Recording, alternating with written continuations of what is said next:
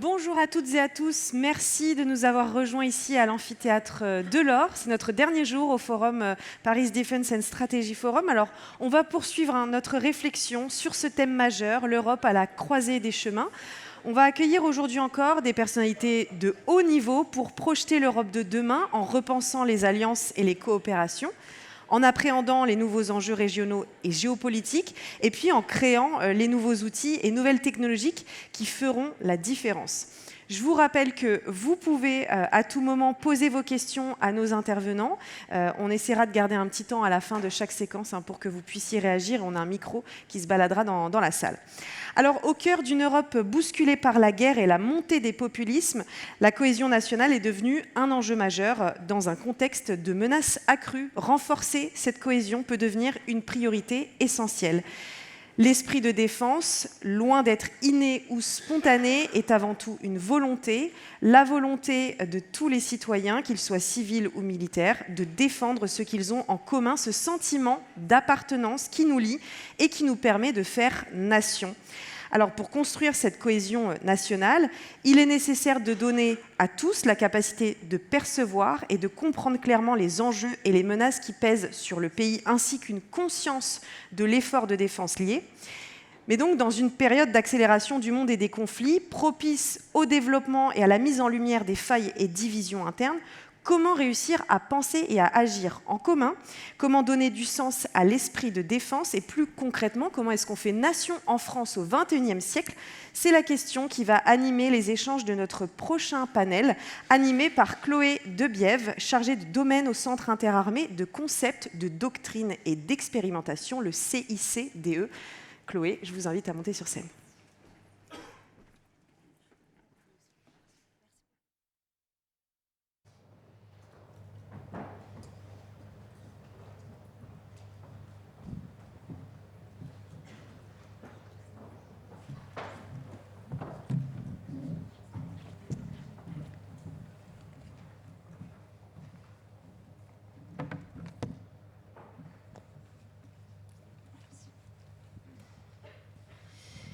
Général, Monsieur Péchanski, Asma, Rémi, chers intervenants, Mesdames et Messieurs présents aujourd'hui, bonjour à toutes et tous.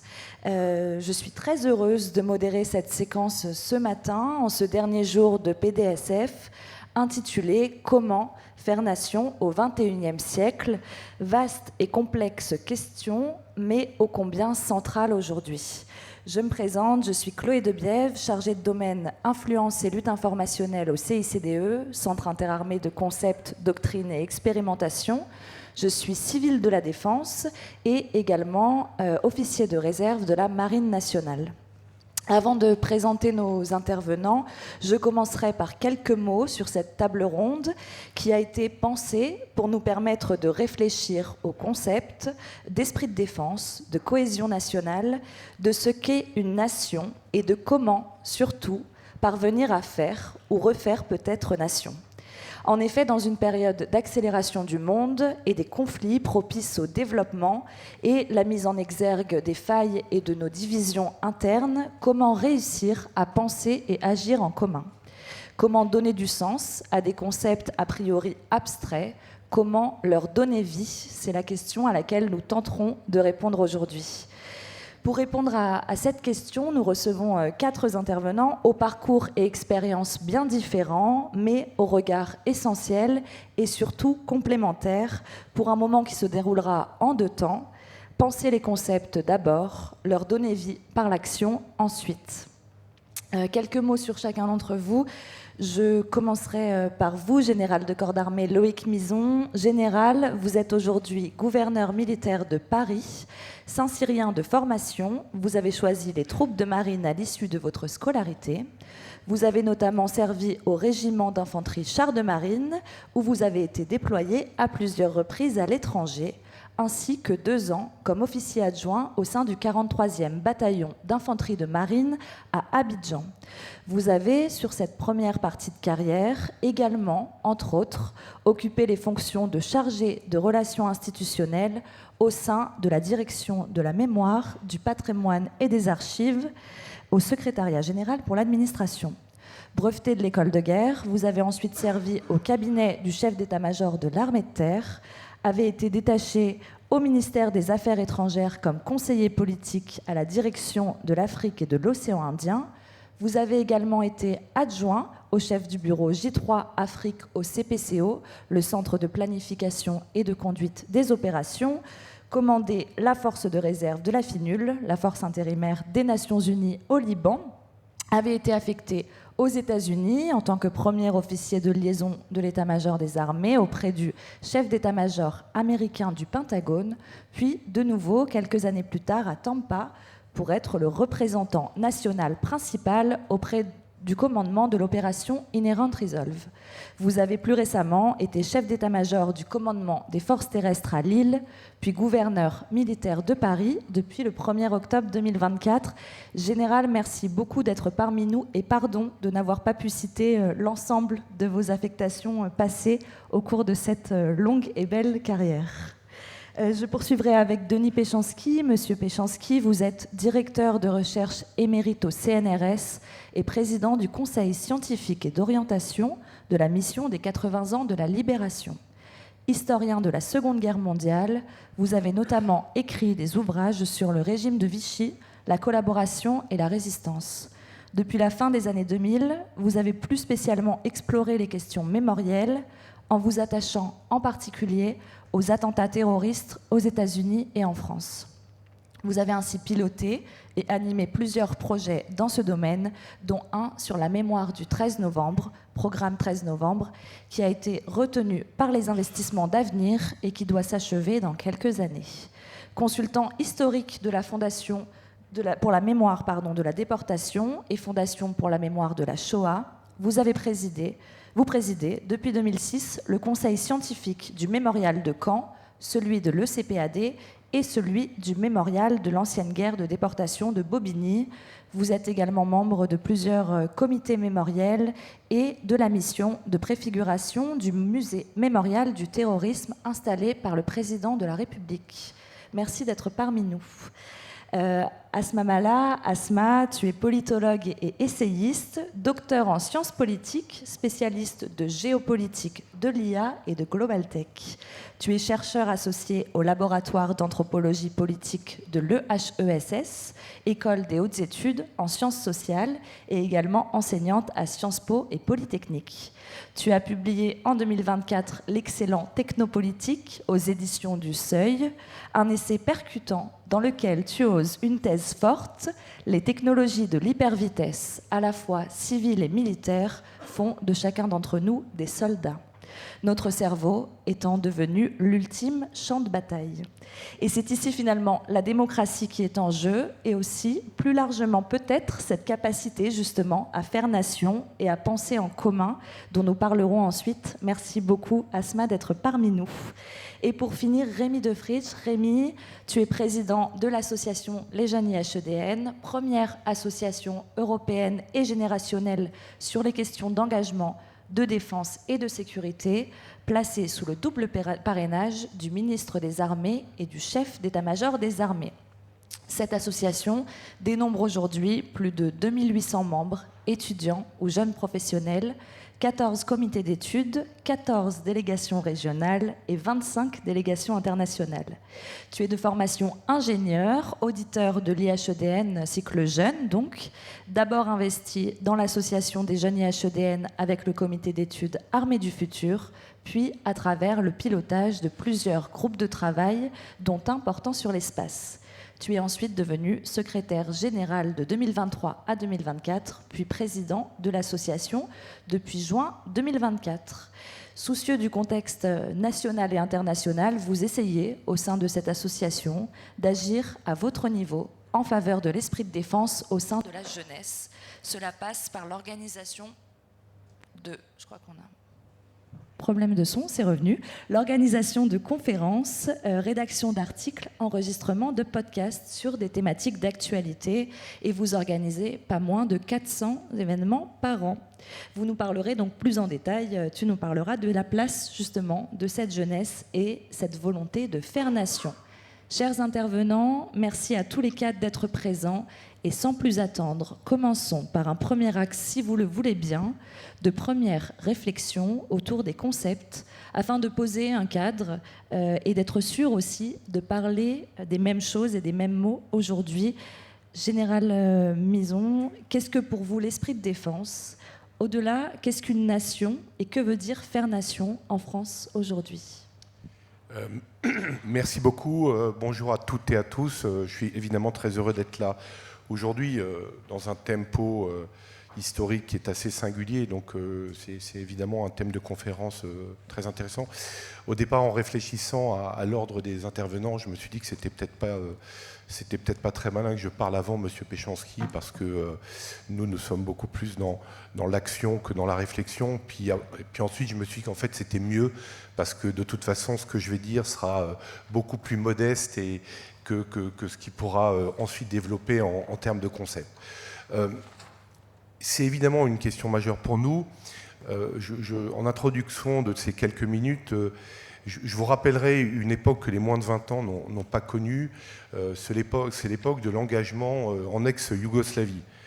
En effet, le retour de la guerre en Europe, pour ma génération, en fait, elle n'est pas récente. La guerre était dans une capitale européenne, Sarajevo, dans les années 90. Et à cette époque, c'était parmi les premiers militaires qui réécrivaient, parce que pendant très longtemps, la pensée militaire avait été assez glacée, c'est-à-dire il y avait peu de livres qui sortaient. Et un officier général avait écrit un livre qui s'appelait « Pour qui meurt-on » ? Et c'était toute la question de savoir si les militaires, on pouvait être engagés et on pouvait mourir pour le drapeau de l'Union européenne ou de l'Organisation des Nations Unies. Donc ces questions-là, au-delà évidemment des périodes de formation que nous avons, comme vous le savez, très régulièrement dans les armées, école d'état-major, école de guerre, voire enseignement militaire très supérieur, nous y réfléchissons de manière extrêmement concrète. Qu'est-ce qui va faire qu'un jeune garçon d'une vingtaine d'années, qui vient d'être bombardé par la République serbe de Bosnie, va sortir de la patinoire de la Skanderia à Sarajevo pour prendre son tour de garde? Voilà. Qu'est-ce qui va faire qu'il va avoir le moteur pour le faire? Et c'est bien ça toute la question que nous avons. Très honnêtement, au bout de 35 ans de carrière, je n'aurais pas imaginé qu'un des 3 triptyques du plan d'action stratégique du chef d'état-major des armées soit la cohésion nationale. Aujourd'hui, le chef d'état-major des armées, et donc moi qui suis un de ses subordonnés directs, je développe mon action là-dedans. Un des trois triptyques, ce sont la réactivité opérationnelle, le partenariat stratégique et la cohésion nationale. Il est donc absolument nécessaire de réfléchir à ces questions. Alors, comme je vous l'ai dit, je ne développerai pas des grands concepts philosophiques. Je partirai du principe à la fois de mon expérience et de la singularité française. La singularité française, c'est que nous avons eu, tout au long de la construction nationale, une forme d'interpénétration entre ces 3 concepts que sont l'État, la nation et l'armée. On ne peut pas dire que l'un, et c'est peut-être en France l'État qui a préexisté et qui a permis l'émergence des 2 autres. D'autres pays se sont construits différents. Les Kurdes ne sont pas une nation, les Kurdes sont une nation mais ne sont pas un État. L'Allemagne s'est considérée, autour de Goethe, etc., comme d'abord une nation, c'est le droit du sang. Pour notre part, nous avons eu une vision extrêmement, dynamique de ce que nous étions. C'est évidemment la célèbre phrase de Goethe sur Valmy, qui conteste la victoire de Valmy, la première victoire de la Jeune République. Et Goethe dit, là, il s'est passé quelque chose d'historique dans l'histoire européenne. Pour la première fois, une nation en armes s'est levée et a montré que ce n'était pas les armées qui gagnaient la guerre, mais c'était bien un peuple qui gagnait la guerre. Et donc on voit bien, et tout ça a été permis grâce à la préexistence, à la construction lente, d'abord par la monarchie, puis par l'Empire, puis par la République, de ce que nous nommons l'État. Donc moi, je m'arrêterai à des concepts assez simples. Nous vivons un État, c'est bien la conjonction d'un gouvernement, d'une population, et c'est bien, et d'un territoire, et c'est bien à partir de ces concepts-là que nous, militaires, réfléchissons. Ensuite, il est intéressant pour nous de voir, comme je l'ai dit, que tout le monde se remet à réfléchir à ces concepts-là. Pourquoi ? Parce qu'il y a une accélération sociologique, il y a eu la suspension du service national, il y a la disparition d'un certain nombre de rites républicains, c'était le baccalauréat, c'était une forme de socialisation à travers une religion dominante, c'était la conscription, le service militaire obligatoire, à partir de 1997, et nous avons dû, à ce moment-là, d'une certaine manière, l'émergence d'un nouveau concept, et que je dénonce, c'est ce qu'on a appelé le lien armée-nation. Ce terme de lien armée-nation, pour ma part, je ne me l'approprie pas, je ne l'apprécie pas, parce que ça donnerait l'impression qu'il y a d'une part la nation et d'autre part l'armée. Pour moi, c'est par définition peut-être la chose la pire, puisque pour que nous puissions être efficaces, nous devons être absolument au cœur de la nation, nous devons être au cœur de la volonté collective, de la défense de ce qui nous unit. Donc c'est ce lien armée-nation qui nous a été utile pour garder de manière ténue, et notre modératrice a évoqué, quand j'étais très jeune, j'ai été à la constitution de ce qu'on appelait les trinômes académiques, on en parlera dans la deuxième partie, et donc ça a été une manière très ténue de maintenir le lien entre des gens qui nous regardaient de manière spectateur.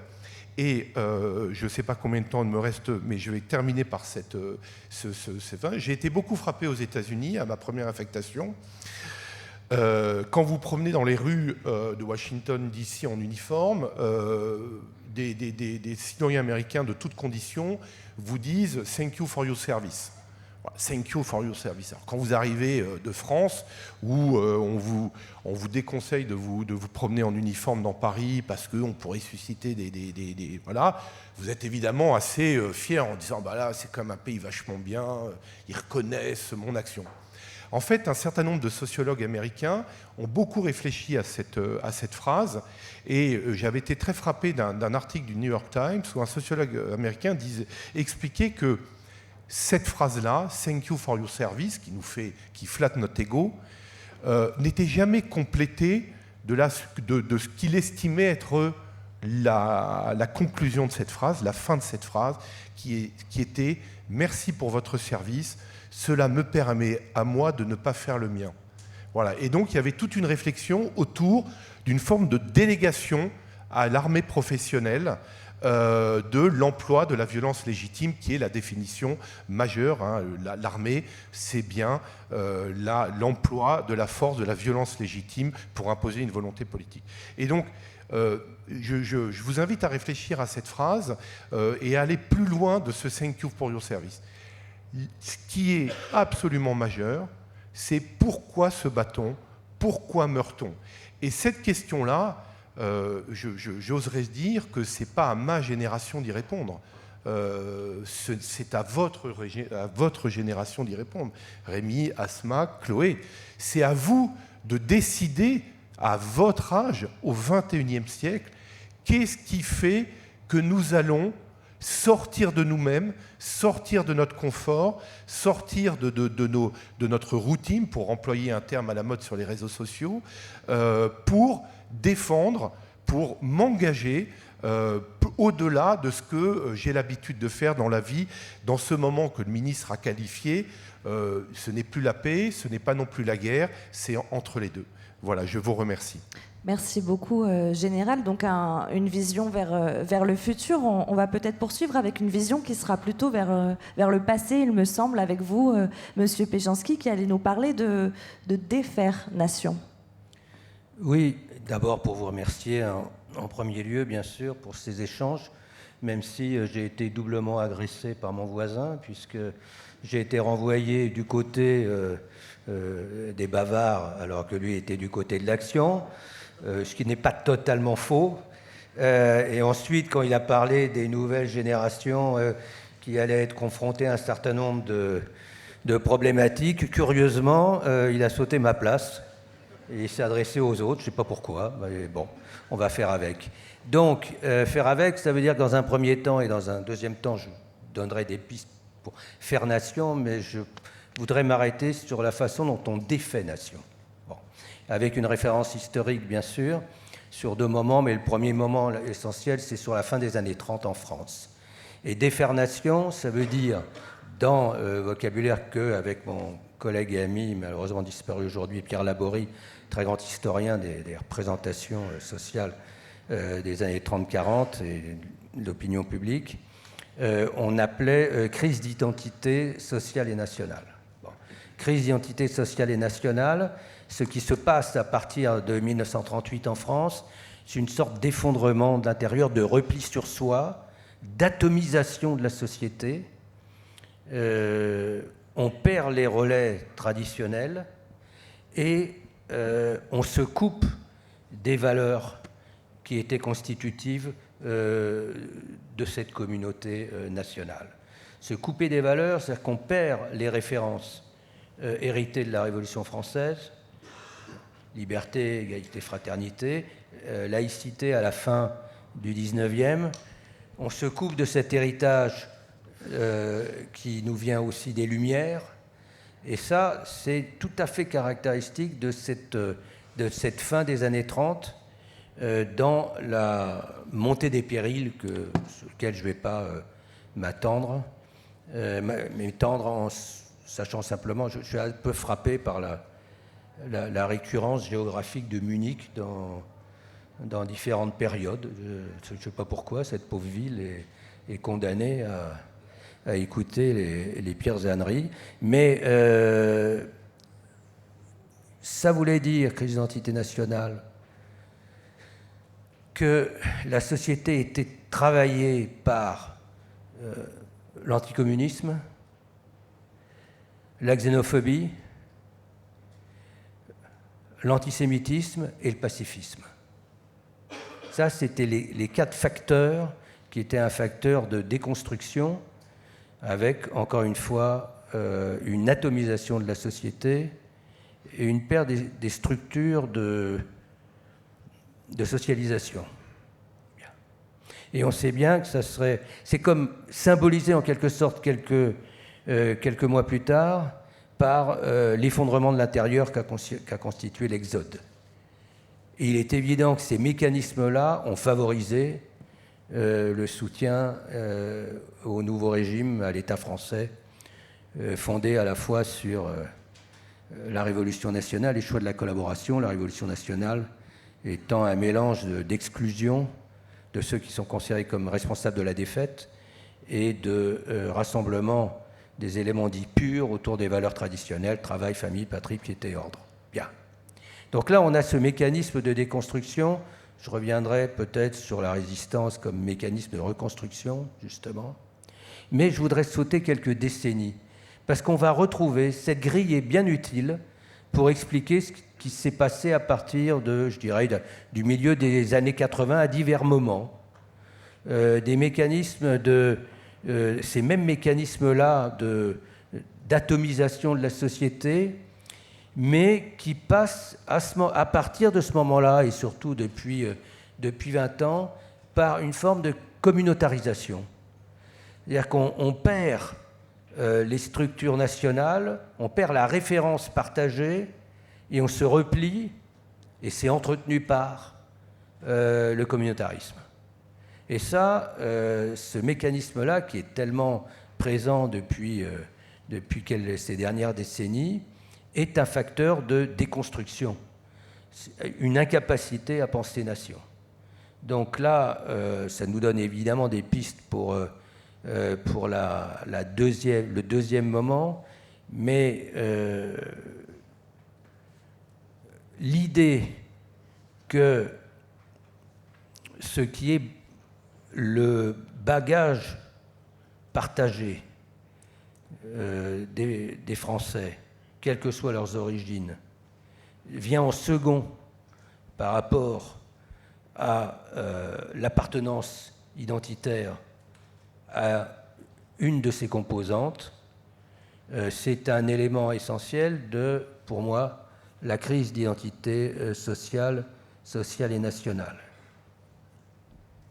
Merci beaucoup, Monsieur Péchanski. Asma, peut-être, pour poursuivre sur...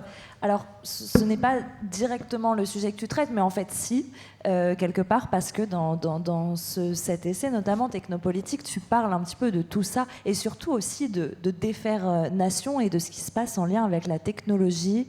Est-ce que tu peux nous en parler davantage ? Alors, il y a beaucoup de choses qui... Bonjour à tous déjà, et merci Chloé pour l'invitation. Il y a beaucoup de choses qui ont été dites et évoquées par mes illustres prédécesseurs. Et le parallèle avec les années 30 est très très intéressant. Et vous le marquez dans les années 80. Et je dirais qu'il s'est extrêmement accéléré. La notion de détricotage, de l'atomisation s'est accélérée au tournant en réalité des années 2010.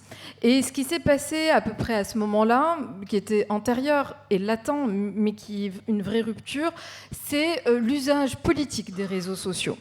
Et les réseaux sociaux devenus armes de guerre. Et ce qui m'amène donc à un deuxième rebond qui était avec celui de Général Mison, qui est en fait l'hybridité, les nouvelles conflictualités dites cyber-hybrides, où vous avez aujourd'hui le cyberespace comme nouvel espace, non pas simplement de guerre ou de conflit, on va dire, entre nations, mais où, en réalité, et c'est là aussi où c'est intéressant de réfléchir à la question du lien armée-nation. Je ferai un petit détour très très rapide par Clausewitz, mais c'est l'idée de comprendre de façon assez radicale et définitive, mais vraiment définitive, parce que là c'est terminé le blabla, les tables rondes, on va poser des doctrines. Ça c'était bien il y a quelques années quand on en avait encore le temps. La vérité c'est qu'aujourd'hui la conflictualité est partout, que les temps de paix sont à mon sens terminés, mais qu'on attaque, et on l'a déjà dit en termes doctrinal, on attaque une nouvelle phase, qui est cette phase hybride, grise, la paix. On ne sera plus jamais réellement en guerre, disons, cinétique, au sens où on pouvait l'entendre dans nos imaginaires qui viennent précisément des années 30-40. On ne sera plus du tout en paix. Il y a quelque chose de complètement nouveau qui est infiltré dans la société civile ou dans ce qu'on appelle la nation et qui est en fait la polarisation, la désinformation, la mésinformation, les nouvelles orientations idéologiques. Et ce qui est particulièrement intéressant là en ce moment depuis quelques mois, vous évoquiez le discours de Munich de J.D. Vance récemment, et c'est ça en fait qui est probablement le plus inquiétant. Parce que si en termes de doctrine, écoutez bien, si en termes de doctrine, on avait déjà posé la question de la conflictualité informationnelle, les nouvelles luttes informationnelles, demain, et en fait elles sont déjà en cours, ce qu'on appelle les guerres ou les enjeux de sécurité cognitive, j'y reviendrai. La vérité, c'est qu'aujourd'hui, notre principal allié, les États-Unis, est en train de devenir notre ennemi. Et je pèse mes mots. C'est très intéressant de voir la nouvelle rhétorique américaine, qui est très... Carl Schmitt, en fait. L'ami, l'ennemi. Eux, nous. Et alors, et c'est très poreux, c'est les woke, c'est les juifs, c'est les arabes. Vous pouvez mettre absolument ce que vous voulez là-dedans, et c'est d'ailleurs le principe. Et c'est cette infusion, cette infiltration du discours idéologique sur un tissu national et sur un mécanisme ou une architecture démocratique qui est extrêmement fragilisée. La défiance vis-à-vis des responsables politiques, la défiance vis-à-vis des médias dits mainstream, etc., qui fait qu'en réalité, en effet, nous sommes tous responsables de ce qui nous arrive, nous avons collectivement installé un climat de défiance où les repères s'effondrent, où vous avez cette polarisation qui ne vient pas du tout de la guerre, qui vient de contextes sociaux et qui vient aussi de contextes économiques. Il est toujours très étonnant de voir que dans les discours et dans les analyses qu'on peut avoir en termes de sécurité-défense, jamais les analyses paradigmatiques sur la question du capitalisme, par exemple, capitalisme non pas comme système économique, capitalisme comme système idéologique ou méta-idéologique, en fait, n'est jamais évoqué. Et peut-être l'autre parallèle qu'on peut trouver avec les années 30, c'était en fait ce qui s'était passé avant, c'était la crise de 29. On a deux points de bascule historiques, je dirais, à notre époque à nous. C'est la crise des subprimes de 2008 dont on ne parle jamais, ou pas tellement, qui ne revient pas, et qui est une architecture de ce début de bombe à retardement de la première puissance mondiale, et donc occidentale, et donc chez nous. Et la deuxième, c'est la crise du Covid, qui va faire un mal et dont on n'a pas fini de payer le prix. Et donc, l'hybridité des nouvelles conflictualités a ceci d'intéressant que, en fait, la menace n'est plus que extérieure. Ce serait trop facile. Ce serait trop facile, et c'est peut-être le défi de notre époque et de nos générations, ce serait trop facile de ne penser la menace que venant de nations extérieures. Ça l'est, mais ça n'est pas que ça. Et donc, ça suppose une responsabilité collective. Ce qui m'amène à la question de faire nation. Il y a plusieurs choses. La première, c'est de sortir de soi, de voyager beaucoup, beaucoup, beaucoup, et de benchmarker. Ça, c'est un truc un peu qui est à la mode, même dans le secteur privé, mais d'aller voir ce qui se fait ailleurs. Et ce qui se fait ailleurs, c'est le Canada et les pays scandinaves, et notamment la Finlande et la Suède, qui ont compris cette dualité des conflits, cette dualité de la technologie qui sont à la fois civiles et militaires, ce qui m'amène à dire que nous sommes tous des combattants, que nous sommes tous des soldats, et tout l'enjeu, c'est de le comprendre. Une fois qu'on a compris qu'on n'était pas simplement en train de consommer des contenus passifs, mais que ce faisant, nous étions déjà dans une forme de guerre invisible, si tout le monde a déjà compris ça, on aura fait un énorme pas en avant. Et donc, les pays scandinaves, ce qu'ils ont par exemple commencé à développer, ou créer même, ce sont des agences, disons, de résilience, ou en tout cas de sensibilisation cognitive de la population civile, à commencer par ce qui permet, si vous voulez, les canaux de transmission, qui sont les agents, les écoles. C'est Foucault, c'est en fait toutes les institutions, disons, du biopouvoir ou du pouvoir, qui permettent justement de relayer ce discours, et donc de nouveaux réflexes cognitifs, une nouvelle hygiène cognitive, et c'est absolument essentiel. Et puis après, il y a quelque chose qui est sur le concept même de faire nation, qui, moi, je trouve, est très gênant, conceptuellement. La nation, c'est quoi ? Je veux dire, c'est impossible désormais de l'envisager comme un bloc seul, marchant dans une même direction comme un seul homme. Aujourd'hui, les chevaux de Troie, les 5e colonnes sont intérieures. Et c'est impossible, si on revendique encore d'être en démocratie, d'obliger des concitoyens, des compatriotes à penser comme nous. C'est impossible, c'est antinomique à l'architecture démocratique. Et donc, à partir de ce moment-là, c'est comment est-ce qu'on continue à avoir des repères communs sans avoir, si vous voulez, ou la verticalité de ce qu'on va appeler la vérité. Ça, il va falloir, si on veut avoir une chance de s'en sortir, il va falloir qu'on sorte de ces dogmes-là et qu'on arrive à embrasser cette, en fait, pluralité des points de vue et même des gens qui ne pensent pas comme nous. Et on le voit en ce moment avec la polarisation des médias, par exemple. Donc, on a des énormes chantiers face à nous, énormes, à condition de comprendre que la menace est aussi, en fait, et elle est double, elle est duale, elle est certes extérieure, mais ça, c'est la partie la plus facile, mais elle est surtout, aujourd'hui, intérieure. Et c'est là où on a un énorme chantier. Merci beaucoup, Asma. Des chantiers, alors Rémi, des chantiers, il y en a beaucoup chez les jeunes IHEDN. Le point de vue de la jeunesse, puisqu'on parle de jeunes générations, comment vous appréhendez ces concepts ? On parlera après de comment vous leur donnez vie plus concrètement, mais comment vous les pensez ? Quelle vision pour la jeunesse en France aujourd'hui ? La jeunesse qui s'engage, en tout cas. Bonjour à tous, merci beaucoup, chère Chloé, pour l'invitation à cette table ronde. Alors j'essaierai d'apporter un regard un peu jeune, à côté de ces illustres intervenants. Écoutez, côté jeune, on pourrait en fait rapprocher le terme de nation à tout groupe, tout collectif d'individus qui se rassemblent autour de valeurs communes, d'us et coutumes en commun qui partagent. Donc en fait, on pourrait se dire que c'est une œuvre collective. Un peu plus. Ah oui, en effet. C'est une œuvre collective, une œuvre partagée. Cette œuvre, elle s'inscrit également dans le temps, elle se construit avec les expériences qui viennent l'enrichir d'année en année. Et donc en fait, chaque individu de cette nation doit être conscient qu'il est aussi d'une certaine manière l'héritier d'une multitude d'expériences qui ont façonné la nation à laquelle il appartient.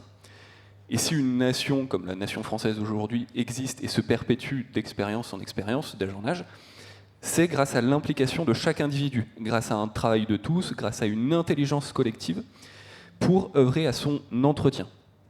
Cet entretien ici de la nation en question me semble être une notion plutôt charnière puisqu'elle permet de se rapprocher vers cette expression de bien commun ou d'intérêt général que chercheront naturellement à défendre les individus d'une nation. Et c'est comme ça petit à petit qu'on comprendre d'où vient cette notion d'esprit de défense. Alors, dans la mesure où c'est une œuvre collective, chaque personne appartenant à une nation doit donc se poser la question, comment est-ce que moi, en tant qu'individu, je peux apporter ma part à l'entretien de cet ensemble de valeurs, d'habitudes, de modes de vie, etc. Comment est-ce qu'en fonction de ma position, je peux apporter ma part à l'édifice? Il est donc nécessaire que chaque personne y joue un rôle pour justement entretenir donc cette vertu collective. Quel que soit le parcours universitaire, les horizons professionnels, que je sois jeune, plus âgé, ingénieur, boulanger ou n'importe quelle profession, il est important de se poser cette question-là, je pense. Chaque citoyen doit être finalement en fait intimement persuadé que son action individuelle est déterminante pour le collectif et que sans ce collectif-là, il ne peut pas non plus agir individuellement. Ce sont deux notions qui, je pense, sont réellement imbriquées l'une dans l'autre. In fine, faire nation implique en fait d'être conscient que chaque individu est au service d'une cause qui dépasse son propre intérêt individuel. C'est pertinemment parce qu'il est au sein d'un collectif qu'il peut exister en tant qu'individu. Si nous sommes une nation aujourd'hui, c'est pas de mon propre fait individuel. C'est vraiment grâce à un travail de tous. Servir me semble donc une notion vraiment primordiale pour faire nation aujourd'hui, car il inclut cette notion de collectif. Et ces notions de service et de collectif au XXIe siècle, aujourd'hui, me semblent plus que jamais contestées.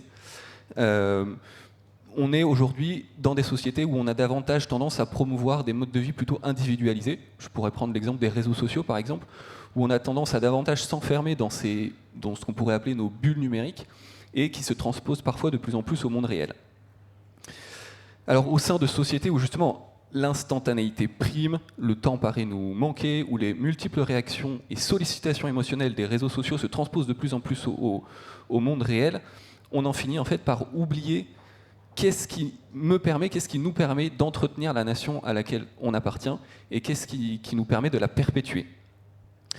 La désinformation, on en a rapidement évoqué tout à l'heure, qui est véhiculée sur ces mêmes réseaux sociaux, est aussi un facteur qui accroît largement les fractures et qui nous isole les uns aux autres, qui nous polarise les uns des autres.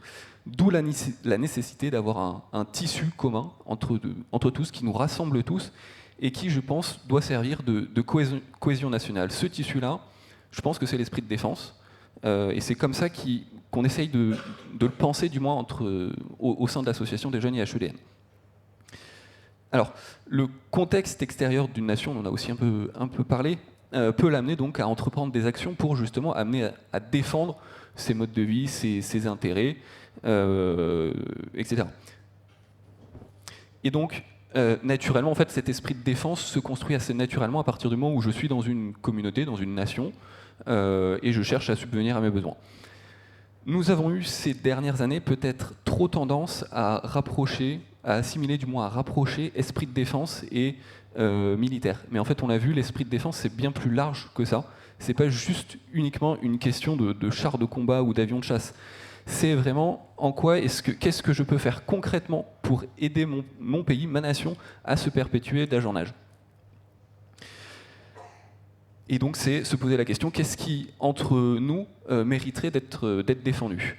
Alors, pour conclure peut-être cette première partie, je terminerai par une citation que vous connaissez probablement tous et qui ne résumerait pas forcément de manière exhaustive qu'est-ce que signifie être nation, mais je pense que quand John Fitzgerald Kennedy évoque « Ne vous demandez pas ce que votre pays peut faire pour vous, mais demandez-vous ce que vous pouvez faire pour lui », ça me semble déjà être un très bon point de départ pour se mettre au service d'une cause commune.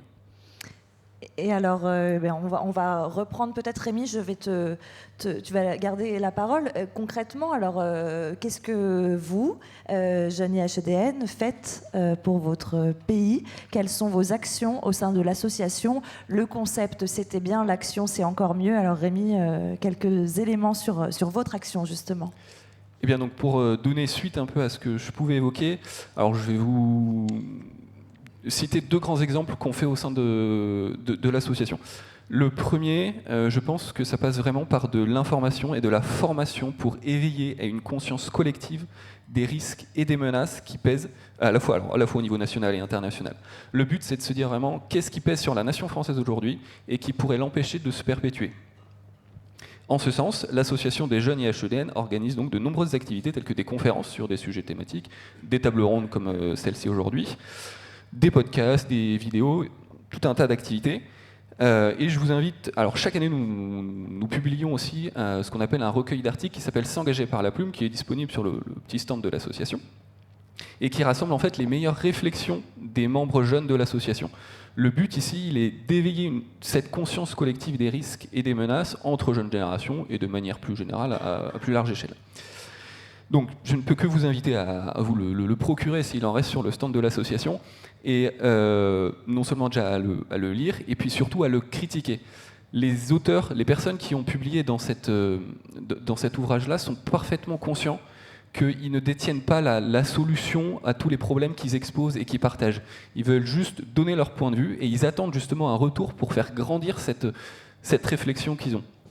Et que sans ce retour-là, eh bien, ça restera une action individuelle parmi d'autres qui n'a pas forcément vocation, du coup, qui ne pourra pas s'impliquer dans ce qu'on définit comme étant faire nation depuis le début de cette table ronde.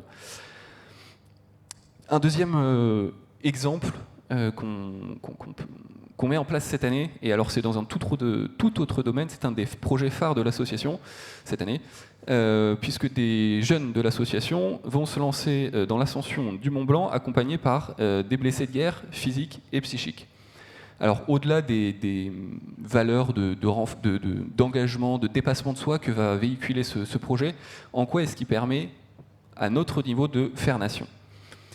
Eh bien, chaque participant a compris que pour aller en haut du Mont Blanc, nécessairement il allait avoir besoin du soutien des autres et qu'il y allait avoir des moments où ça serait un peu plus dur et que s'il n'est pas persuadé qu'à un moment où il serait peut-être un peu en difficulté, il n'y a pas quelqu'un qui est là pour venir lui mettre la main sur l'épaule et lui dire « Allez, on va y arriver ensemble », il n'a aucune chance d'y arriver.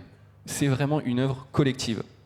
Et que sans avoir conscience de ça, eh bien, ces jeunes et ces blessés n'auront malheureusement aucune chance d'aller en haut du Mont Blanc. Et ce soutien mutuel que vont s'exercer entre ces membres qui vont tenter l'ascension du Mont Blanc, je pense représente bien cet état d'esprit qu'on doit avoir entre chaque citoyen aujourd'hui. C'est vraiment ces notions de soutien, de servir pour entretenir la nation à laquelle on appartient. Et puisque vraiment, faire nation aujourd'hui, c'est quelque chose, c'est une action collective et non pas individuelle. Merci beaucoup Rémi, et donc n'hésitez pas à vous rendre sur le stand Les Jeunes IHEDN dans l'Agora. Asma, je te propose de poursuivre. Tu as parlé de détricotage, comment on retricote, comment on recrée le lien, concrètement en fait, comment on fait ? Alors, il y a, vous l'avez compris, hein, vous le sentez tous, il n'y a évidemment pas de solution magique, parce que pour qu'il y ait une solution magique, il aurait fallu que le problème soit simple. C'est forcément complexe, c'est forcément multifactoriel, et il faut que l'on répare 40, 50 ans d'erreurs, de compromission et d'errement. Donc c'est un peu compliqué en un mot et en une phrase. Maintenant, des choses très concrètes. Je vais aller du plus basique et du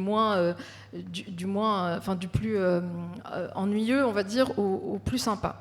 Le plus ennuyeux, mais qui est absolument nécessaire, c'est encore une fois, c'est cette histoire de benchmarker. Pendant le Covid, je vous ai parlé de l'agence...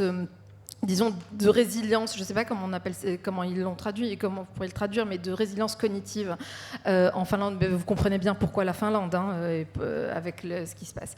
Un autre exemple, c'était pendant le Covid, le Canada, qui s'était dit, OK, nous, et c'était l'antithèse de ce qu'a fait la France, par ailleurs, mais ce qui est très intéressant, parce que ça a beaucoup mieux marché. Il s'était dit, nous, comme gouvernement et comme parole politique, notre rôle n'est pas de dire le vrai. Notre rôle, c'est d'armer cognitivement nos citoyens pour qu'ils soient extrêmement vigilants dans leur usage des réseaux sociaux, de la désinformation. Vous saviez, c'était l'explosion du complotisme, des anti-vax, et puis une espèce de boulgui-boulga comme ça, de convergence des complotismes augmentés de désinformation, augmentés d'ingérence. Le truc est ingérable. Et vous n'allez pas mettre un flic derrière chaque citoyen, c'est impossible, conceptuellement et matériellement. Et donc, ils avaient lancé une énorme campagne de sensibilisation que j'avais trouvée très intéressante, qui s'appelait le 5 Seconds Program. C'est 5 secondes, c'était le programme des 5 secondes.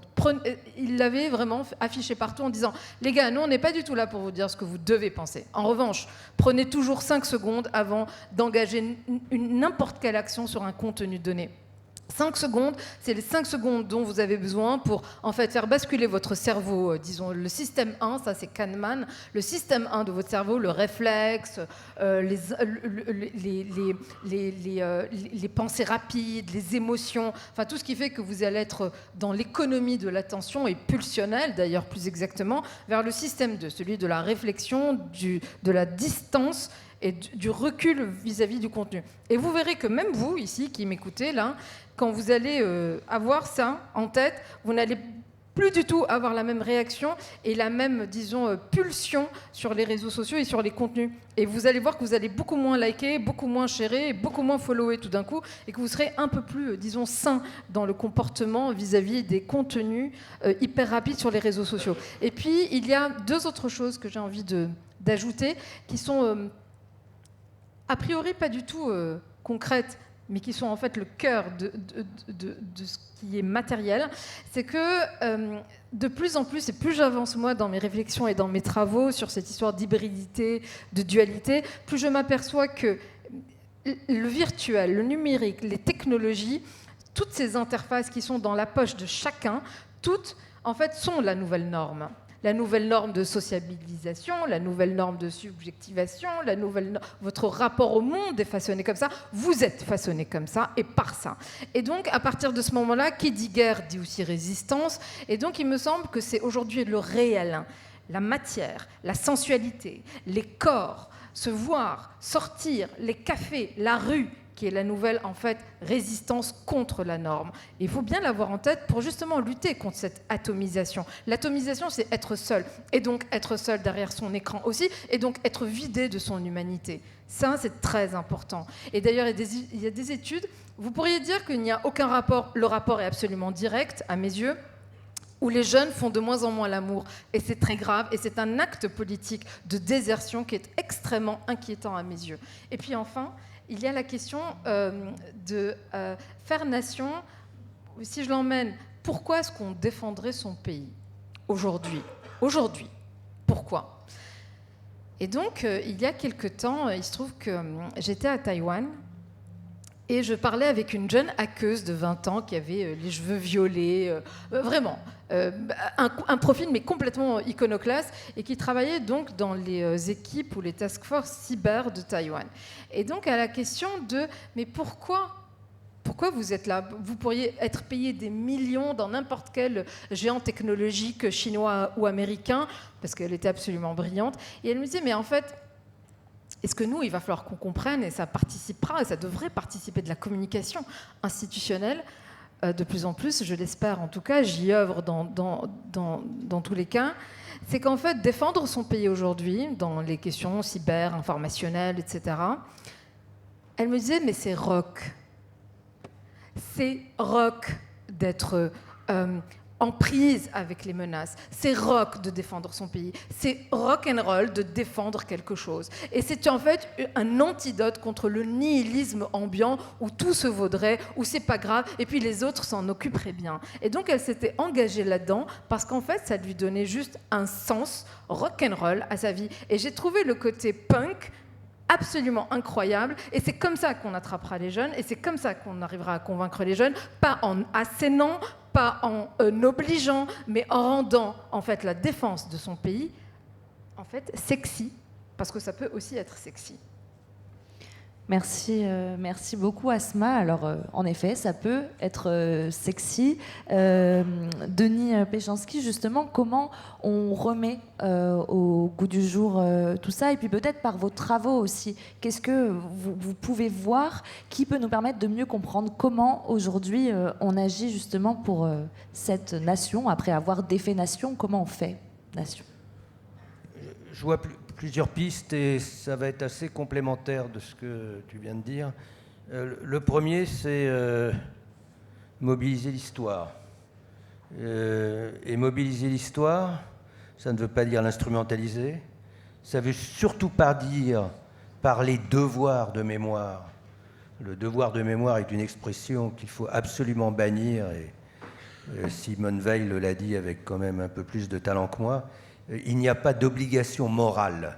Si on impose une obligation morale via le devoir de mémoire, ça ne passera jamais. En revanche, il y a un travail de mémoire et il y a un travail de l'histoire immobilisé. Et la référence à l'histoire est toujours intéressante parce qu'on va, comme ça, chercher des formes de modèles. Et des modèles qui répondent à notre souhait de reconstruction. Et je pense à ce qui se fait, puisque ça sera avec mon étiquette de président du Conseil scientifique d'orientation de la mission des 80 ans, des commémorations. Je pense, par exemple, à ce moment qui a été un moment assez magique de panthéonisation de Misak Manouchian. Bon. Voilà un Arménien qui a connu le génocide arménien, bien sûr, qui se retrouve en France, qui donc un orphelin du génocide, qui va rentrer dans le mouvement communiste et qui, pendant la guerre, va être un des responsables et le responsable militaire de la lutte armée à Paris, dans les FTP-MOI. Je ne vais pas rentrer dans le détail, mais si vous voulez, si j'ai 2 heures, je peux. Et Misak, vous le savez bien, a été arrêté et va être fusillé avec ses camarades après le procès dit de l'affiche rouge. Et ce qui m'intéresse, c'est que se retrouvent là des gens d'origine arménienne, italienne, espagnole, des juifs d'Europe centrale, orientale. Ils ont chacun leur matrice d'origine qui font leur identité. Et en même temps, outre bien sûr espèce de référence à l'utopie communiste qui est le point commun, il y en a un deuxième. C'est l'amour de la France. Et je pense que ça sera une piste intéressante aussi à creuser à travers ce qu'a fait la résistance comme facteur de reconstruction de l'identité nationale et sociale. Voilà des gens qui sont venus de tous les pays et dans toutes les lettres de fusillés de Manouchian et de ses camarades, il y a une référence à la France et il y a un vive la France sous une forme ou sous une autre, face aux Allemands, mais face à ceux qui les ont trahis, eux les résistants, c'est-à-dire Vichy, c'est-à-dire l'État français, c'est-à-dire la police parisienne qui a été là sous direction, à part un certain nombre de résistants, parce qu'il y en a eu dans la police, a fait son boulot, comme on dit. Et on a là un chiasme très intéressant d'étrangers qui se sont battus pour la libération du territoire national et qui sont repérés, arrêtés et torturés par des policiers français qui travaillent au service de l'occupant. Et ce chiasme-là est une leçon. Et je pense que dans cette guerre-là, on a des exemplarités qu'il faudrait rechercher, comme dans d'autres moments de l'histoire. Donc, mobilisons ces références-là, et on s'aperçoit dans les commémorations, et on a encore un sondage récent qu'il va falloir, là, on va sortir bientôt, dans quelques jours, qui montre la façon dont, pendant ces 2 années-là des 80 ans, il y a eu une forme d'appropriation par la société française de ces commémorations. Et ça, pour nous, ça a été très frappant. On a quand même 3000 projets qui ont été labellisés dans toute la France, plus 2000 dans les établissements scolaires. On n'a jamais connu ça. Et ça, c'était un signe extrêmement positif. Alors le problème, c'est qu'évidemment, quand on confronte avec ce qui s'est passé dans le même temps en France, on n'est peut-être pas totalement optimiste. Bien. Mais ça passe par là. Ça passe par là, et cette mobilisation est essentielle, c'est cette référence est essentielle, par l'appropriation par la société dans son ensemble, et en particulier dans les milieux scolaires. Ça m'amène à parler un peu de ces actes, de ces priorités.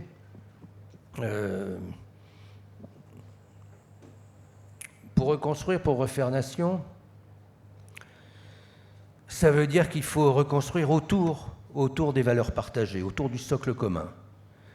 Alors d'une façon ou d'une autre, on prend les modalités qu'on veut, je suis bien d'accord, mais il faut qu'on reconstruise autour de ces valeurs héritées de la Révolution française et de la République laïque.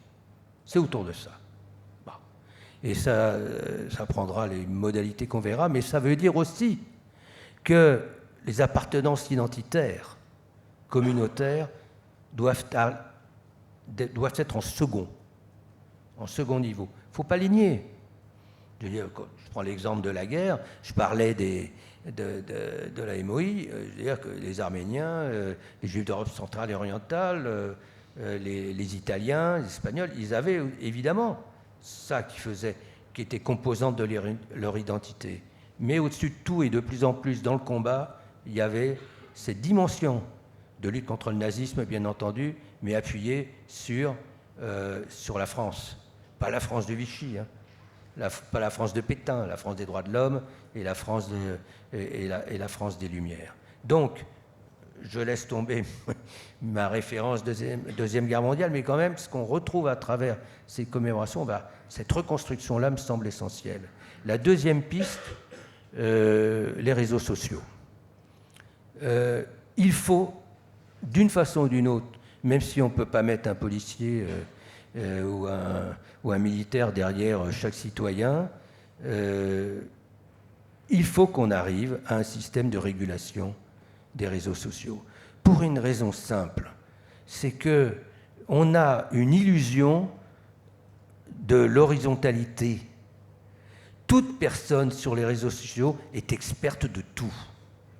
Et les réseaux sociaux donnent la possibilité à n'importe qui de s'exprimer sur tous les sujets avec la validité donnée par ces mécanismes de circulation de l'information.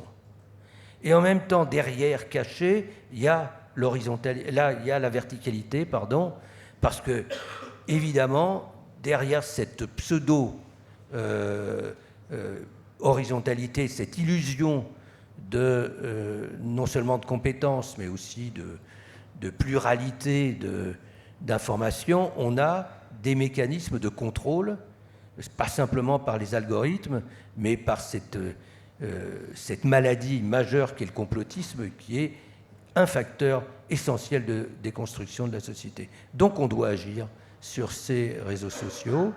Et je dirais, enfin, une priorité absolue, c'est l'enseignement, c'est l'éducation. On ne s'en sortira pas si on ne revient pas à mettre l'éducation au cœur du projet de société. Alors ça passera peut-être par aussi là, des références historiques, retrouver les hussards noirs de la République. Je pense qu'on aura beaucoup de mal, mais on ne peut pas passer par une forme de démission qui est actuellement la norme et qui interdira toute reconstruction autour de nos valeurs partagées et pour faire nation. Merci beaucoup et merci d'avoir brillamment tenu les délais parce qu'on est pile dans ce qui avait été anticipé, donc c'est absolument parfait. Général, peut-être pour terminer, et pour faire le lien avec tout ça, reparler un petit peu des armées, vous parliez en effet de ce lien armée-nation qui voudrait dire, s'il y a un lien à faire, que armée et nation sont distincts, en tout cas dissociés. Comment on remet les armées au cœur de la nation, comme vous le disiez, et comment on fait le lien avec tout ce qui a été dit avant, jeunesse, mémoire, histoire, réseaux sociaux? Merci. Si je devais synthétiser très rapidement nos propos, je trouve absolument majeur et essentiel de voir que nous nous sommes entendus sans avoir travaillé ensemble avant sur un certain nombre de points, à la fois sur ce qui constitue notre identité, c'est-à-dire une nation, un État, une armée. Nous sommes aussi...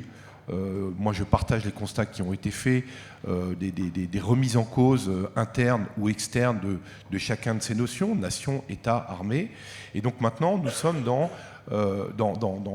comment faire pour avancer. Le premier point, si on reprend donc le triptyque d'Auguste Comte, savoir, vouloir et pouvoir, donc on convient que nous savons, tout vient d'être dit, et je partage l'ensemble des analyses qui ont été faites, même si on pourrait les nuancer, notamment sur les États-Unis d'Amérique, comme l'a rappelé un colonel américain interviewé par Quotidien à l'entrée du PDSF. Les traités n'ont pas été remis en cause. Tant que les traités ne sont pas remis en cause, voilà, je rappelle que les États-Unis d'Amérique restent notre allié parce que notre allié historique, nous sommes le plus vieil allié des États-Unis et notre allié au sein de l'OTAN. Voilà, je pense que c'est que, voilà, à part ce type de petites nuances, mais qui pourraient nous tenir des heures, on sait, on partage le constat. Maintenant, il faut vouloir et pouvoir. Là, il y a deux solutions. Soit on se met de la cendre sur la tête et on dit on est foutu, on achète un bout de terrain en Ardèche, on vérifie qu'il y a une source, et puis on se fait sa cabane, et on achète des poules, des moutons, et puis on attend que ça passe. Voilà. Vous avez ici des exemples d'incarnation de ce refus de l'inéluctable, ce refus de la passivité. Chacun, dans ses domaines, dans son expertise, le professeur Péchanski a évoqué l'extraordinaire succès de la mission du 80e anniversaire, le travail très important fait par l'ensemble des associations. Donc, il faut vouloir. Depuis que j'ai débuté ma carrière juste après le génocide au Rwanda, avec l'ensemble des débats qui a lieu sur l'intervention de l'armée française au Rwanda, moi je m'accroche à un point majeur, c'est qui sauve un homme sauve l'humanité, et je pense à tous les Rwandais que nous avons sauvés. On n'en a probablement pas sauvé assez, on est probablement intervenu trop tard, mais voilà, donc il faut vouloir, et ensuite il faut pouvoir. Et c'est là qu'il est absolument important, chacun d'entre nous à notre place, nous agissions. Parce qu'il y a ce qu'il ne faut pas faire, c'est-à-dire, moi, gouverneur militaire de Paris, dire « Ah, ben vraiment, si l'éducation nationale avait fait son travail, on n'en serait pas là. » Et ok, terminé. Ça, c'est pas possible d'avoir ce discours-là. Donc, c'est quelles sont mes responsabilités, quelle est ma zone d'action et comment je peux agir.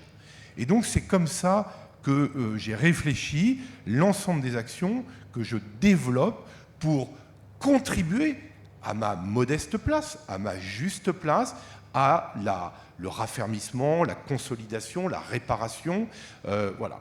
Alors, si je réutilise le terme, mais moi qui m'intéresse et que je trouve bien, il faut que ça soit sexy.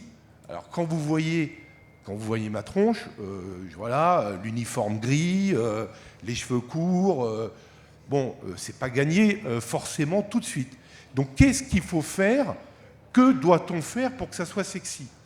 Pour que ça soit sexy, il faut d'abord qu'on parle à des auditoires différenciés. On ne peut pas s'adresser de la même manière. Ça ne veut pas dire des choses différentes, mais ça veut dire adapter le discours à l'auditoire. Et j'essaye de développer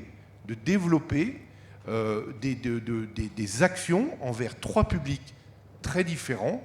La jeunesse d'abord, l'État et les administrations et les élus d'autre part, et le monde économique d'autre part. Alors, la jeunesse. La jeunesse, c'est qu'est-ce qui parle aujourd'hui à la jeunesse? Qu'est-ce qui intéresse la jeunesse? Comment la jeunesse réagit? Moi, je suis frappé du fait que la jeunesse, elle a besoin d'engagement. Et là, je partage complètement cette nécessité d'incarnation, cette nécessité de présence physique. Nous apportons donc notre concours à l'organisation de forums, de salons. Nous avons eu un très grand succès samedi dernier. Nous avons eu le 2e forum des métiers de la défense et de la sécurité qui a été organisé au Cercle national des armées à Saint-Augustin. Nous avons doublé les effectifs de participation des étudiants et jeunes professionnels intéressés par ce monde global qui va des corps habillés aux entreprises et aux militaires stricto sensu, de monde de renseignement. Nous étions près de 3000, vous étiez, la jeunesse, près de 3000 participants. Donc il y a ensuite, comment je fais pour aller vers les marges? Aller vers les marges, c'est quoi? Ça a été très bien dit, notamment par Asma, ça a été très bien dit par le professeur Péchanski, il faut aller vers là où est la jeunesse de France. mais pas uniquement la jeunesse. Moi, je travaille aux Invalides. C'est facile d'avoir un partenariat avec Victor Duruy, 7e arrondissement de Paris. Il y a la salle dans laquelle il y avait le bureau de Gallieni. Assez facile. J'ai décidé de signer un partenariat, une convention avec une ligue de MMA. Alors, je ne sais pas si dans la salle, vous savez, si vous êtes nombreux à savoir ce que c'est que le MMA. J'avoue que jusqu'à ma prise de fonction, je ne savais pas trop. Le MMA, les taux de croissance du MMA, ils sont probablement comparables à ceux du football professionnel. Donc de deux choses l'une. Soit nous, les militaires, nous regardons ce phénomène-là en disant « Oh là là, c'est quoi c'est sale, c'est pas propre, il y a un peu de sang. » Voilà. Soit on se dit « La jeunesse, elle est là. La jeunesse, elle est... » Et donc, il y a un mois, j'ai assisté à mon premier spectacle de MMA. Il y avait un stand de recrutement de l'armée de terre. Il y avait les clips sur le concert Sentinelle, donc un concert au profit des blessés que j'organise le 10 avril, petite publicité en passant. Vous êtes tous évidemment cordialement invités à assister salle Pleyel avec un certain nombre d'artistes de variété. Je referme la parenthèse. Et nous sommes allés, donc nous allons, quand je dis aller aux marges, ça ne veut pas dire qu'il y a un cœur parfait et des marges, mais c'est bien aller toucher la jeunesse là où elle est. Je réfléchis, vous connaissez les Space Invaders dans tout Paris, hein, ces petits bonhommes qu'il y a. Aujourd'hui, il y a des guides touristiques où les gens visitent les capitales européennes ou mondiales avec ces Space Invaders. Je m'interroge sur l'intérêt d'en mettre un à l'intérieur des Invalides. Comment je fais pour attirer aux Invalides, cœur battant de la nation, à la fois Panthéon des gloires militaires, hôpital des pensionnaires, hôpital des jeunes blessés, musée de l'histoire de France, etc. Comment j'attire un public qui n'a pas forcément... Voilà. Et donc, c'est ce travail-là que mes équipes et moi-même sont en train de livrer. Donc, la jeunesse, comment je vais vers elle, comment je réponds à ces codes et comment je sors des lambeaux, enfin des lambris dorés des hôtels de la République pour aller parler à cette jeunesse, incarner une réalité dont elle n'a pas forcément conscience. Juste un petit point, l'un d'entre nous a parlé de remettre l'armée au cœur de la société. Moi, je m'élève contre la militarisation de la société. Au contraire, il faut continuer le débat, il faut qu'on soit interpellé, il faut qu'on soit questionné, il faut qu'on soit... Voilà, et moi je trouve extrêmement sain la réforme constitutionnelle qui a été introduite, qui oblige l'exécutif à retourner vers le législatif au bout de 3 mois d'opération extérieure pour poser la question, pour dire aux parlementaires, voilà, je salue l'organisation autour du Premier ministre et du ministre des Armées d'une réunion de l'ensemble des présidents des groupes politiques pour évoquer la situation dans laquelle nous sommes. Donc, parler aux élus, répondre à leurs questions, parler à l'administration. Sur l'administration, relancer le travail avec l'éducation nationale. Relancer le travail avec l'éducation nationale, c'est agir par le haut et par le bas. Agir par le haut, c'est ce que j'ai fait au mois de novembre, re-signer la nouvelle convention des trinômes académiques. Les trinômes académiques, c'est ce qui lie 3 institutions différentes, les associations d'anciens outilleurs de l'IHEDN, d'une part, les recteurs des académies d'autre part, et l'autorité militaire locale enfin. Et donc, c'est donner l'impulsion par le haut. Ensuite, il y a encourager par le bas. Voilà. Et donc, là aussi, soit je me dis, oh là là, mais la jeunesse en Île-de-France, 2 millions d'étudiants avant le bac, c'est impossible, j'y arriverai jamais. Soit on signe, jour après jour, des conventions pour organiser des classes de défense, avec un thème mémoriel.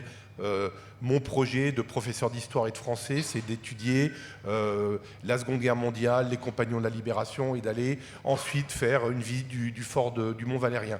Nous sommes un territoire dans lequel il y a le plus de monuments de mémoire nationale. Utilisons ça, encourageons, finançons, donnons des conseils. Et enfin, la dernière, c'est les entreprises.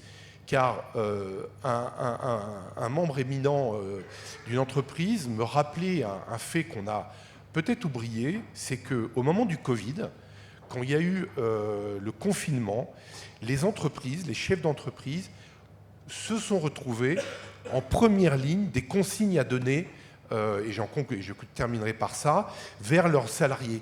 qu'est-ce qu'on fait, qu'est-ce qu'il faut qu'on fasse. Et je terminerai par ce point que Asma a cité, c'est le terme de résilience.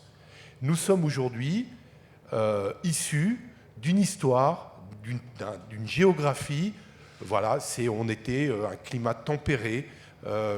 On avait réussi depuis 80 ans à repousser la menace assez loin de nos frontières. Et donc, ce terme de résilience me paraît absolument essentiel. C'est qu'est-ce que je fais, moi, pour pouvoir répondre à l'ensemble des défis qui sont face à moi, y compris les dérèglements climatiques. Et là, je peux vous dire qu'il y a 1000 façons de s'engager.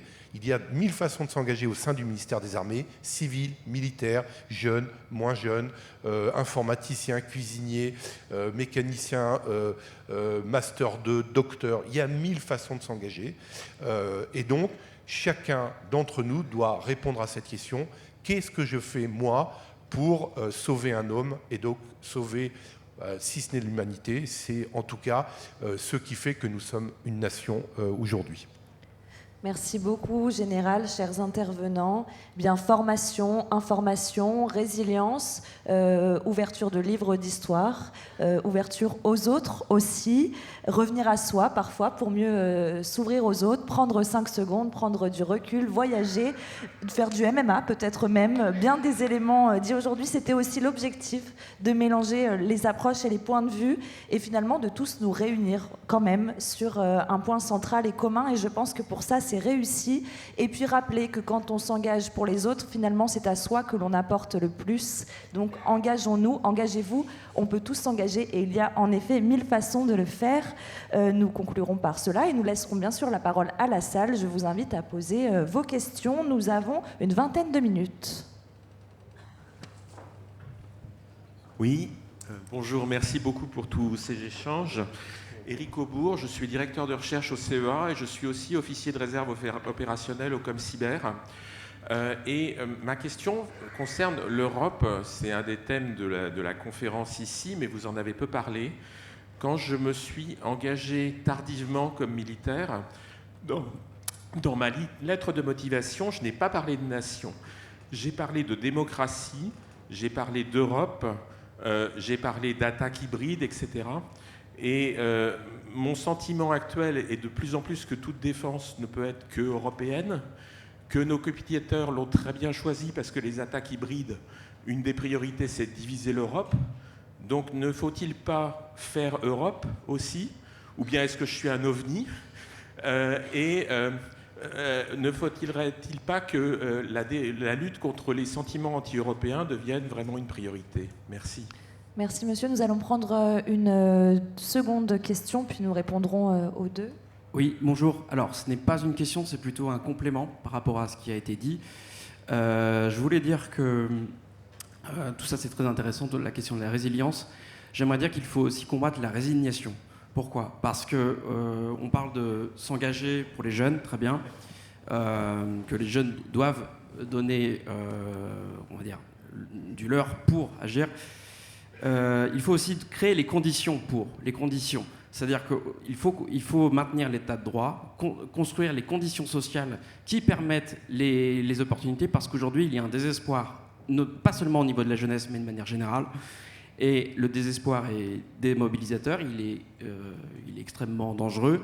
Et je vais donner un exemple personnel. J'ai vécu en Amazonie brésilienne, où j'étais archéologue à l'époque. Oui, j'ai oublié de dire, je suis chercheur chez Sinopia. Mais voilà, et j'ai vu la destruction d'une société. J'ai vu des gens qui se sont affrontés, qui se sont entretués avec les incendies. Et qu'est-ce qui se passait? Parce que justement, tout le monde refusait de reprendre ses responsabilités. Tout le monde disait, ça n'est pas mon problème, ce n'est pas à moi de faire ça. Et petit à petit, les choses ont dégénéré. Et là où je veux en venir, c'est que l'ouvrage et l'œuvre de Asma Mala est fondamental. Et non seulement c'est surtout salutaire. Et il faut que les choses soient également plus horizontales. En France, on est un pays extrêmement hiérarchique. Je rappelle également qu'il y a eu une baisse de la confiance dans la science et dans la démocratie de manière simultanée. corrélation ne vaut pas causalité. Mais voilà, et je terminerai sur le fait que je suis petit-fils et arrière-petit-fils de militaires et de résistants. Et ils m'ont appris qu'on gagne une guerre non pas en mourant pour quelque chose, mais surtout en sauvant les siens. Et là où je fais un parallèle avec ce qu'avait dit Madame Mala, c'est le vrai privilège, c'est justement d'aller dans les cafés, dans les concerts et de profiter de la vie. Et c'est pour ça qu'on doit se battre. Merci. Merci beaucoup. Alors, sur le Faire Europe peut-être d'abord, et puis le combattre la résignation ensuite, sur le Faire Europe général. Alors d'abord sur la résignation et le désespoir, j'espère que le panel, à la fois dans sa diversité et dans sa mise en mouvement, vous a donné un exemple d'absence de résignation et de désespoir. Si ce n'est pas le cas, on aura raté le coup. Enfin, je n'ai pas eu le sentiment qu'on n'était ni résigné ni désespéré tous les quatre.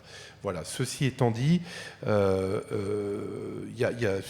pour terminer là-dessus, je suis assez d'accord sur ce pessimisme ambiant. Je suis assez d'accord. Donc il faut s'en battre. Mais on a des sacrés motifs des sacrés motifs de voir qu'on peut se rassurer. L'extraordinaire réussite des Jeux Olympiques et Paralympiques. Alors maintenant, j'enfonce une porte ouverte parce que évidemment tout le monde en convient, tout le monde est d'accord. Enfin, rappelez-vous ce qu'on pouvait lire, ce qu'on pouvait écouter à la radio sur les plateaux de télévision jusqu'à la veille de l'ouverture des JO sur la catastrophe annoncée que ça allait. Or, cette réussite des JO, elle tient aussi à une parfaite coordination des moyens de l'État, un travail très précis, anticipé. Deuxième exemple, la reconstruction de Notre-Dame de Paris. En 5 ans, souvenez-vous là aussi, quand le président de la République a annoncé en 5 ans on reconstruira Notre-Dame, tout ce qu'on a pu entendre de c'est impossible, on n'y arrivera jamais, on va tous mourir, enfin, etc. 5 ans après, le 8 décembre, on a réouvert Notre-Dame. Donc il y a des motifs, il y a des bases, des fondements solides sur lesquels on peut s'appuyer pour avancer. Sur l'Europe, soyons très très clairs, cher monsieur, on nous a demandé de répondre à une question qui était faire nation. S'il y a bien un pays, s'il y a bien un État qui répète, martèle, travaille, agit, sans jamais avoir modifié de ligne sur l'absolue nécessité de la construction européenne, de l'importance d'être une Europe unie, enfin, le président de la République, depuis de 2017, le lendemain de son élection, voire le jour de son élection, il a parlé de l'autonomie stratégique européenne, de l'absolue nécessité de réfléchir, de travailler, d'avancer, etc. Donc là-dessus, il y a absolument, vous n'êtes pas le seul, loin de là, au contraire. Nous sommes tous persuadés de ce que vous dites. Asma a évoqué l'importance de voyager. Aujourd'hui, vous n'avez plus un militaire français qui n'a pas passé à minima plusieurs mois à l'étranger, voire plusieurs années, dans un pays européen, autre part dans le monde, qui a fait son école de guerre en Allemagne, en Angleterre, en Espagne, en Italie, en Lettonie, etc. Donc cette réalité, et évidemment je ne tomberai pas dans l'exemple facile, mais j'avoue que j'adore, celui des bébés Erasmus. Je rappelle que l'Europe, c'est 3 ou 4 millions de bébés Erasmus. Alors, j'ai plus les chiffres en tête, c'est probablement pas les bons. Mais voilà, donc l'Europe, voilà. Donc ça, là-dessus, moi, pour ma part, il n'y a pas le moindre doute sur l'absolue nécessité de poursuivre, de travailler sur ces notions d'unité, d'identité européenne. Voilà ce que je voulais dire sur ces deux sujets. Ouais, peut-être un mot. Tu veux commencer ou tu vas continuer? Ben, voyons. Bah, je suis bien parti aujourd'hui. Est-ce que vous avez bien pris conscience que j'étais la cible à la fois des militaires et des femmes? C'est quand même...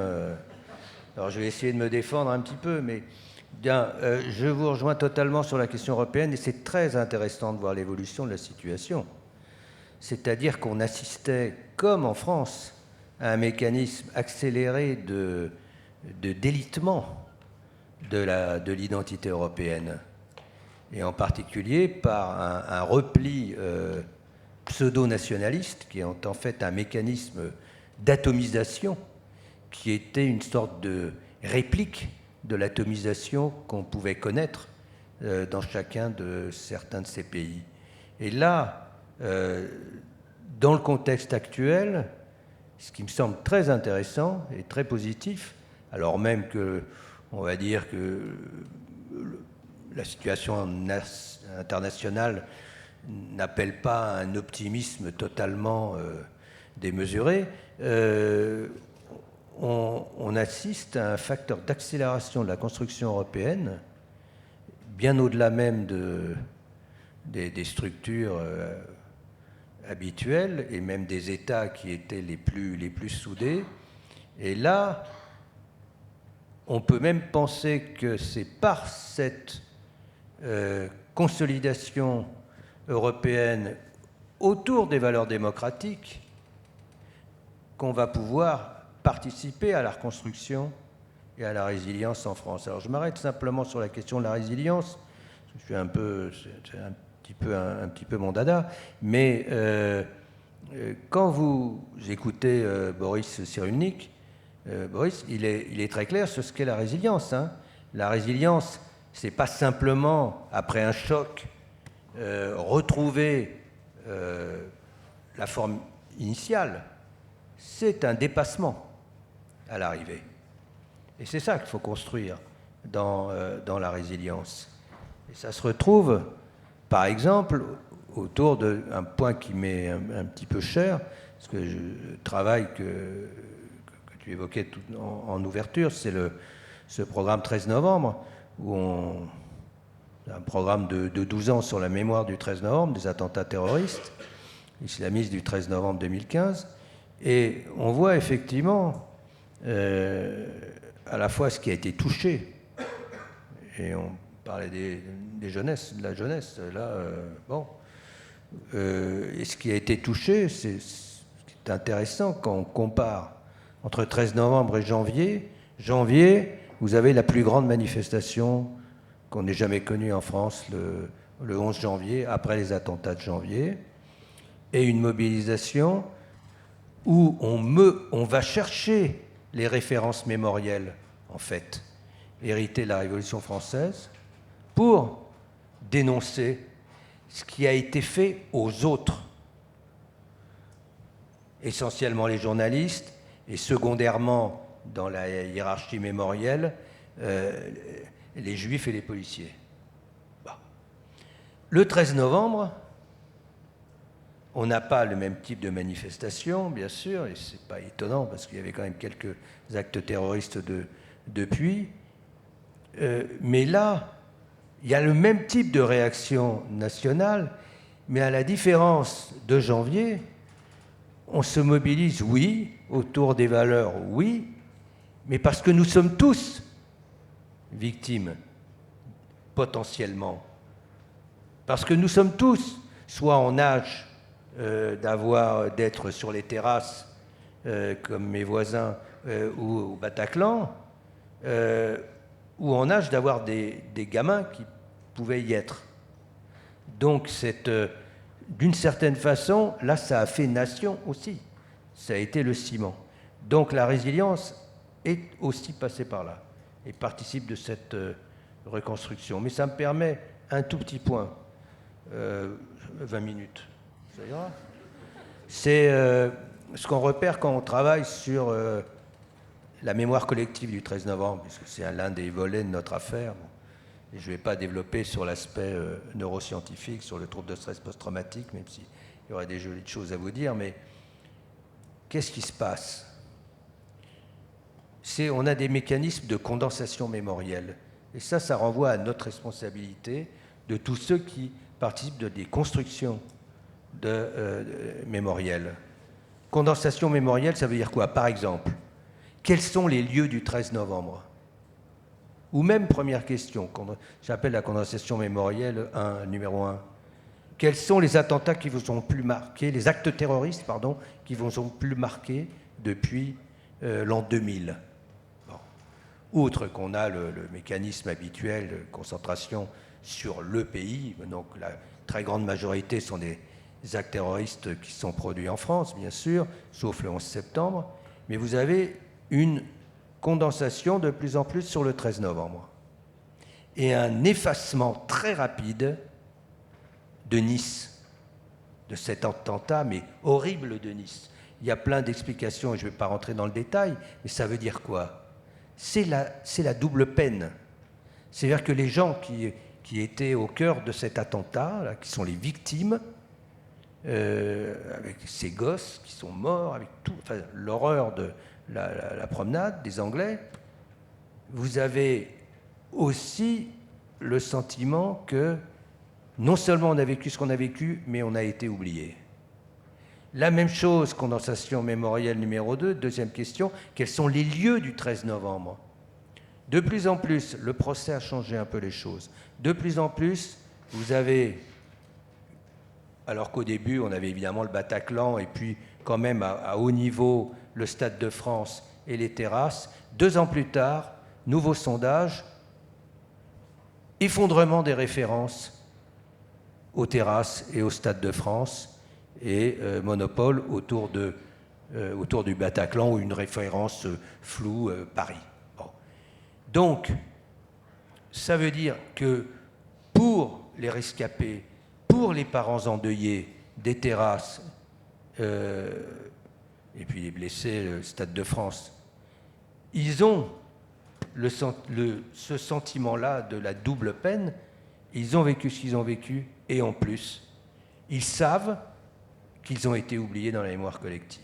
Donc c'est là où notre responsabilité est engagée, politique de l'État bien entendu, mais tous ceux qui participent de la construction de cette mémoire collective. Merci Asma, Rémi, il reste 5-7 minutes. Est-ce qu'on reprend une question ou est-ce que vous avez des éléments sur ces points-là? On peut peut-être faire d'une pierre deux coups. On reprend une question et on répond. Bonjour, merci beaucoup pour ces propos. Colonel King de l'état-major de l'armée de terre. Vous avez parlé de socle commun. On a la chance d'avoir une très belle devise en France. Liberté, égalité, fraternité. Donc je ne reviendrai pas trop sur les 2 premiers qui sont finalement assez partagés. Liberté, égalité, en droit. Bon, on oublie souvent le volet devoir. Je m'attarderai plus sur la question fraternité. Pour moi, ma question, c'est comment la rendre opératoire, cette partie de notre devise. Au-delà des fraternités qui sont très communautaires aujourd'hui, voilà, mon frère, ça on le dit assez facilement dans les communautés. Et par exemple, voilà, comment on pourrait diffuser les bonnes pratiques qui sont appliquées dans les armées. Et je voudrais ouvrir le débat sur la question du service militaire, service civique, service national, autre forme. Voilà. Merci beaucoup. Merci Asma, je te laisserai la parole juste après. On va juste prendre une dernière question de monsieur devant. Merci beaucoup.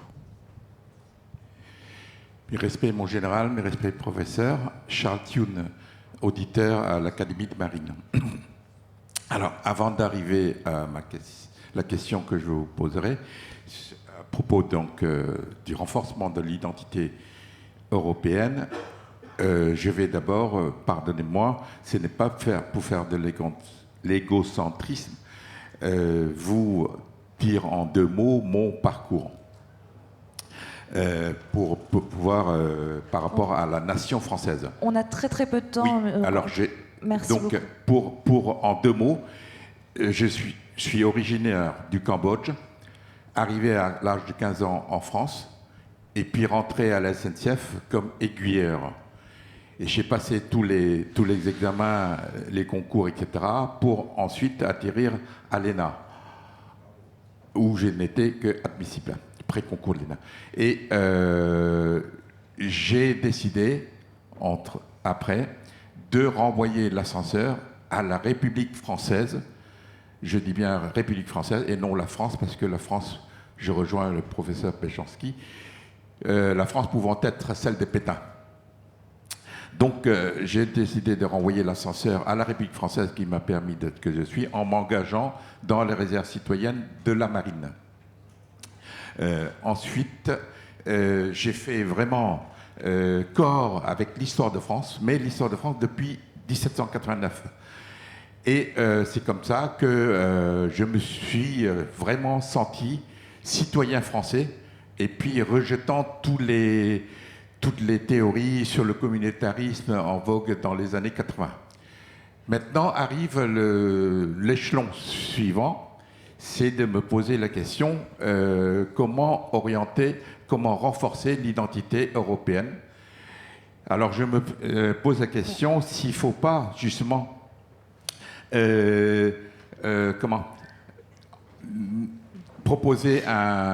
mettre en place un référendum au niveau de l'Europe avec un vote, une personne, un vote, et sur la mise en place d'une armée européenne. Mais... À ce moment-là, j'en termine, ça pourrait déboucher sur un double avantage, c'est-à-dire qu'il y aurait peut-être deux brigades, maigres brigades, mais ça pourrait justement conforter la sacralité démocratique. On va répondre. Quelle est la question ? Donc, que pensez-vous donc de cette proposition pour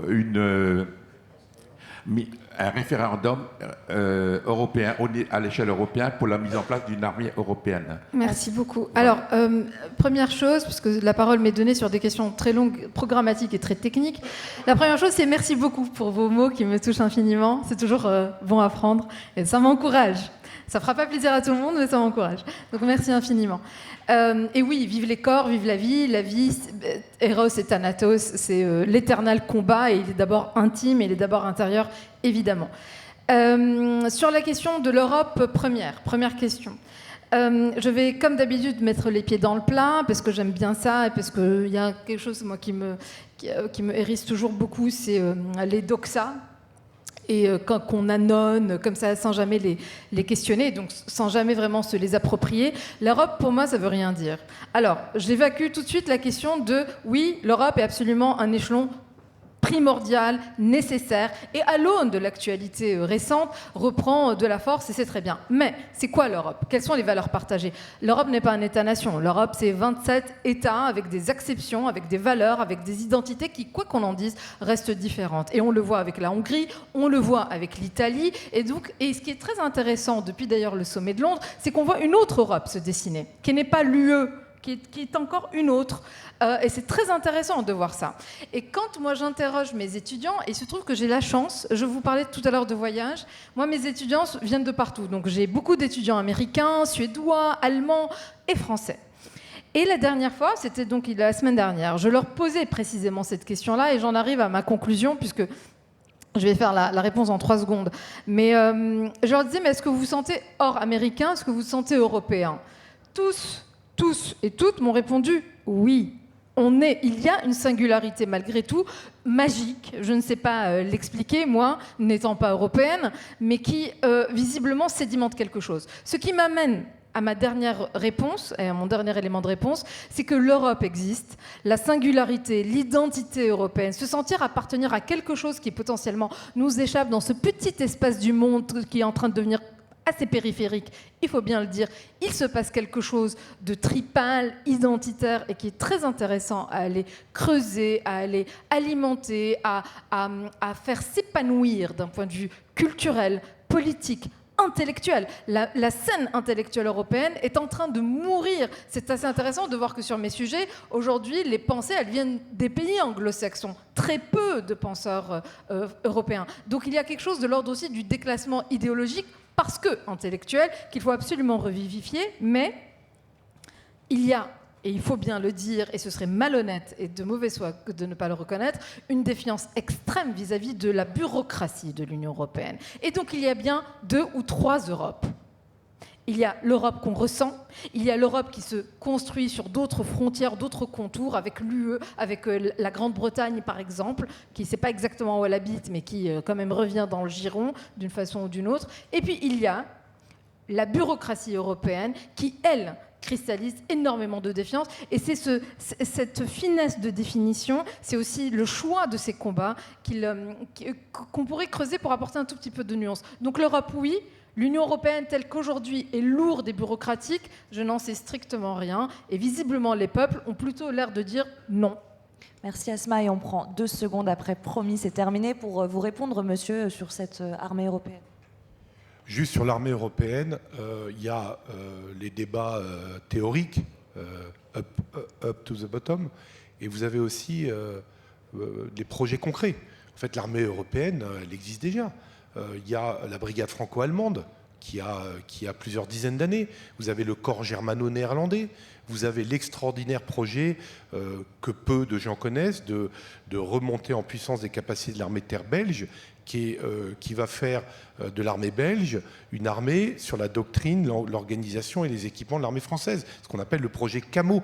Donc, si vous voulez, et je ne parle pas évidemment de nos camarades de l'armée de l'air ou de la marine, aujourd'hui, la défense aérienne du territoire français, dans le cadre de ce qu'on appelle la protection, la posture de protection aérienne qui en permanence, elle est européenne. C'est-à-dire que si un avion est détecté à Strasbourg et qu'il a une posture hostile, il y a un certain nombre d'accords entre l'armée de l'air française et les armées de l'air européennes des pays frontaliers pour autoriser l'engagement d'un avion allié européen au-dessus du ciel français. La marine nationale passe sa vie à faire des exercices avec leurs alliés européens. Donc cette question de l'armée européenne qu'on aime bien agiter pour avoir un air... voilà. En fait, nous, c'est notre réalité quotidienne aux militaires. On peut le déplorer, on peut trouver ça pas bien. Aujourd'hui, la langue de travail de l'armée française, c'est plus le français. Voilà, moi j'ai grandi juste pendant 30 ans ou 25 ans où on n'utilisait que le français parce qu'il y avait quasiment que des opérations nationales, et depuis environ une dizaine d'années, la langue de travail, c'est l'anglais parce que c'est la langue parlée, qu'on le veuille ou non, par l'ensemble des pays européens. Voilà, j'ai été rapide. Super. Merci beaucoup, Général, chers intervenants. Merci à toutes et tous d'avoir été si nombreux. Merci.